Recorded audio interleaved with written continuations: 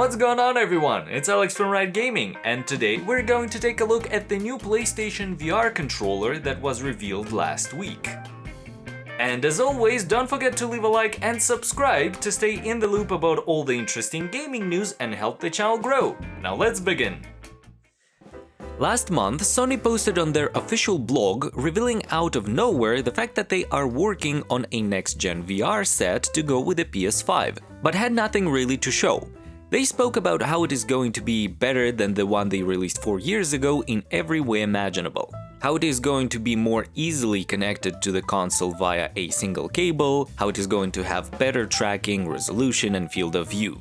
But that was it, and maybe this awkward announcement would have been totally forgotten, just as it flew under the radar for most people, if not for the surprise reveal of the form factor and functions of the controllers that will go with the next-gen VR headset. Starting with the design of the controllers.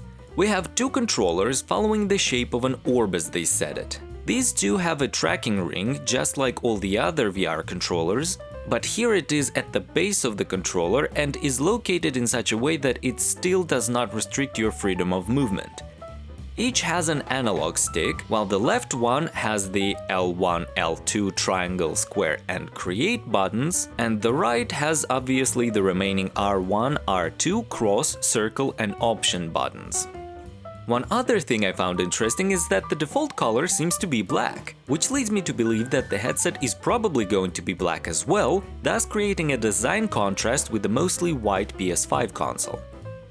Now, looking at the list of features presented in the blog post, we can see that this controller will be quite the competition to all the rival VR controllers in the market, all thanks to it incorporating key features from the new DualSense controller.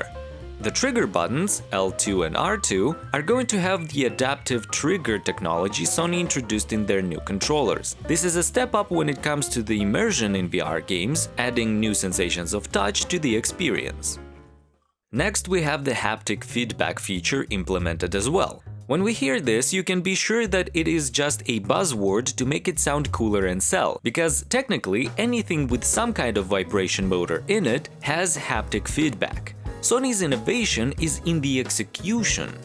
Instead of the usual rumble motor with an offset metal piece that had lag and would provide vibration mostly just in one side of the controller, the DualSense uses voice coil actuators. Since I'm not an engineer, I can only explain that it is a vibration technology that is so accurate that it was developed first for speakers. It is so precise that it can even replicate sound. And this is why this haptic feedback technology is actually a big deal and is a thing we absolutely needed in VR to increase immersion. But not only does the controller appear to be making a breakthrough in VR controller functionality, it also includes other, already existing technological developments in the industry. For example, the controller will have finger touch detection, which means that it can detect the placement of your thumb, index and middle fingers without you applying any pressure in the spots where you put them.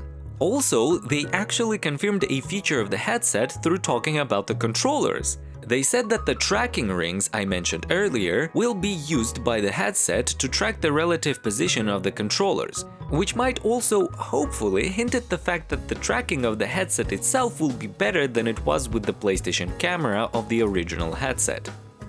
All in all, it is going to be a VR controller that prompts the competition to start innovating, just as the DualSense stood out amongst the regular console controllers. Sony done good again this generation, and I cannot wait for the great new things that await us this console generation, with all the companies bringing their A game to the table and us gamers benefiting from all that goodness.